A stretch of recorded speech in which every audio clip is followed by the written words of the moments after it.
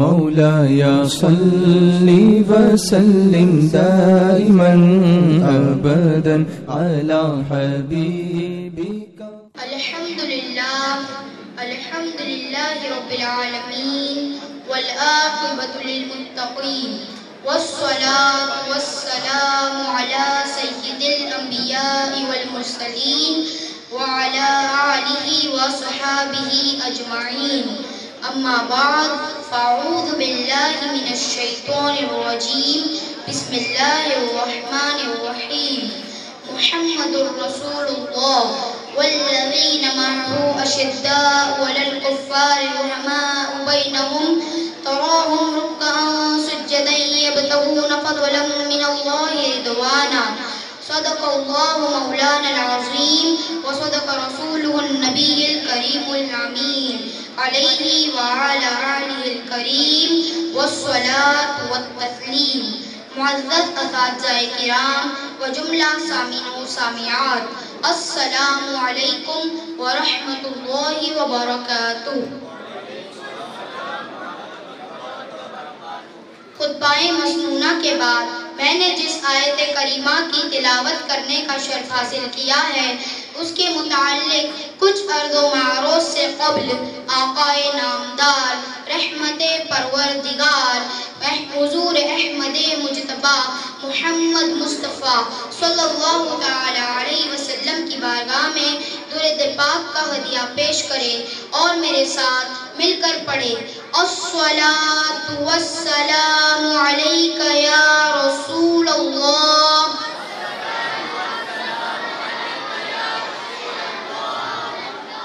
الصلاۃ والسلام علیک یا حبیب اللہ.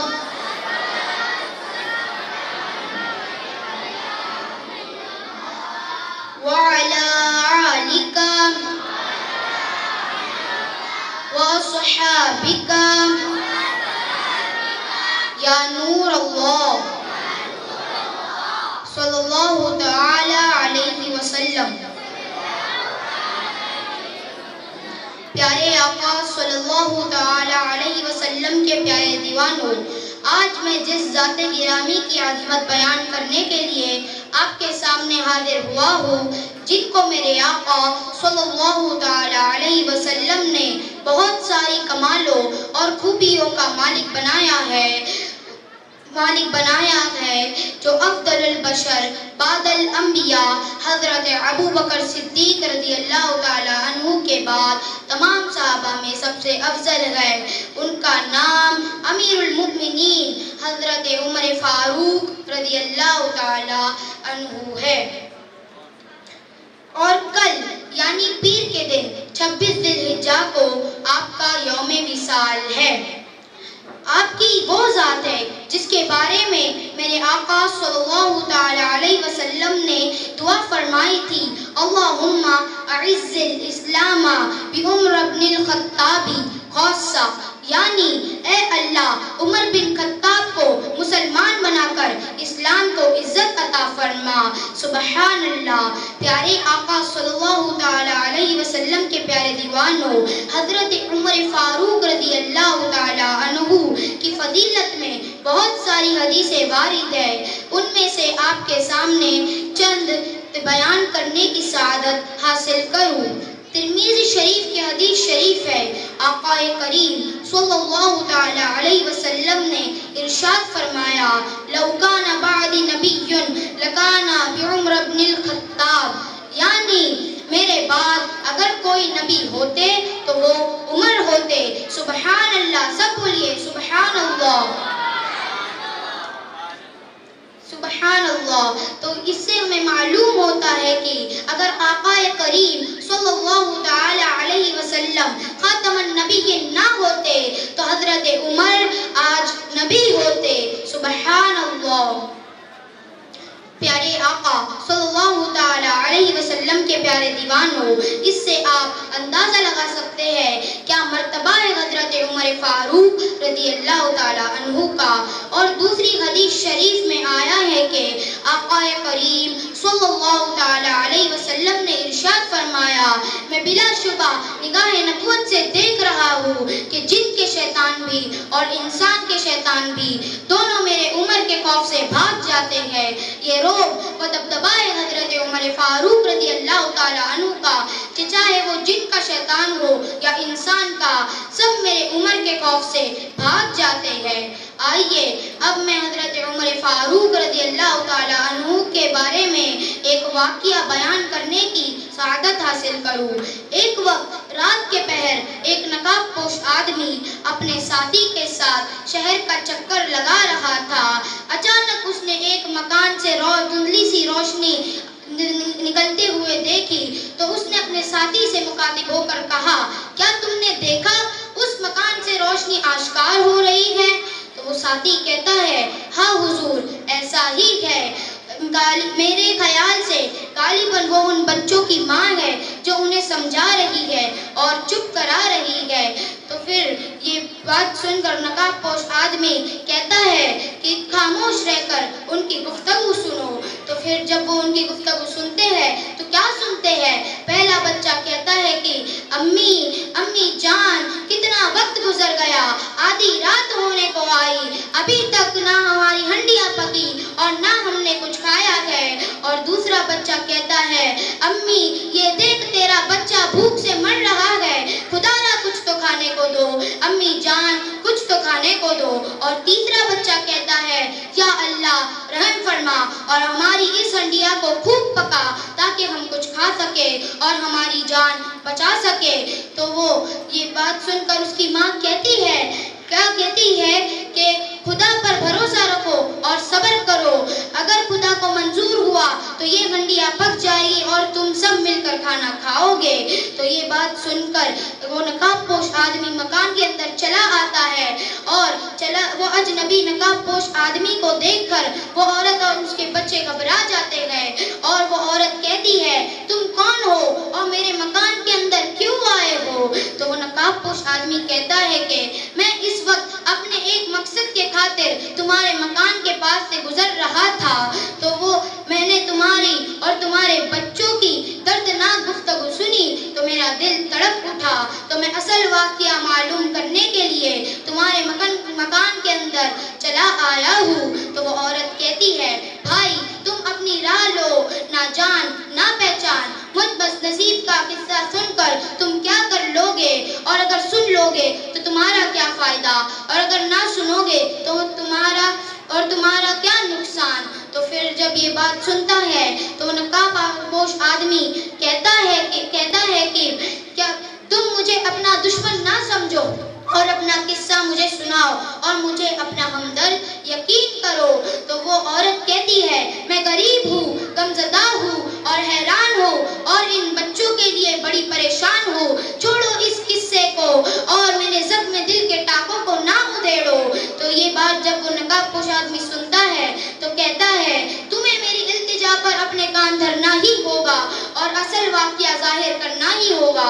تو عورت کہتی ہے، اچھا تو لو سنو، مجھے امیر المؤمنین حضرت عمر سے شکایت ہے، وہ ہمارا امیر ہے، اسے خدا نے ہماری حفاظت اور خدمت کے لیے مسند خلافت پر بیٹھایا ہے، لیکن اس نے مجھ غریب عورت کی خبر نہ رکھی اور 2 روز سے میں اور میرے بچے فاقہ سے ہیں اور بھوک سے نڈھال ہو گئے ہیں۔ تو میں نے ان کا دل بہلانے کی خاطر اول شب سے ایک ہنڈیا کو چولہے پر چڑھا رکھا ہے اور ہنڈیا میں سوائے پانی اور کچھ بھی نہیں ہے اور ان کو یوں ہی تسلیاں دیتے دیتے صبح ہو جائے گی اور صبح پھر جو خدا کو منظور ہوگا وہی ہوگا۔ تو یہ بات جب وہ سنتا ہے تو کہتا ہے کیا تم نقاب پوش آدمی کہتا ہے، کیوں تم نے امیر المؤمنین کے پاس پہنچ کر اپنے ان حالات کے بارے میں بتایا نہیں؟ تو پھر وہ عورت کہتی ہے، واہ صاحب، واہ خلیفہ، وقت کو جب خدا نے رعایا کی حفاظت کے لیے مقرر فرمایا ہے تو یہ خلیفہ کا کا اپنا فرض ہوتا ہے کہ وہ اپنے رعایا کے حالات سے باخبر ہو. اگر وہ اپنے رعایا کے حالات سے باخبر نہیں ہے، بے خبر ہے، تو اسے مسند خلافت پر بیٹھنے کا کوئی حق نہیں. اور کوئی اگر آج اس نے میرے ان بچوں کی خبر گیری نہیں کی تو کیا ہوا؟ انشاءاللہ کل میں کملی والے آقا کے سامنے اس کی ان عمر کی شکایت کروں گی.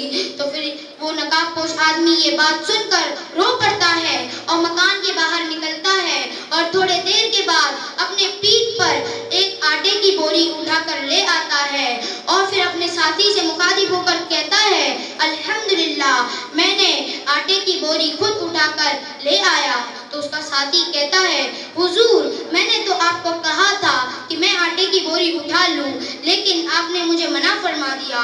تو وہ نقاب پوش آدمی کہتا ہے کیا تم میرا قیامت کے دن بھی بوجھ اٹھا لو گے؟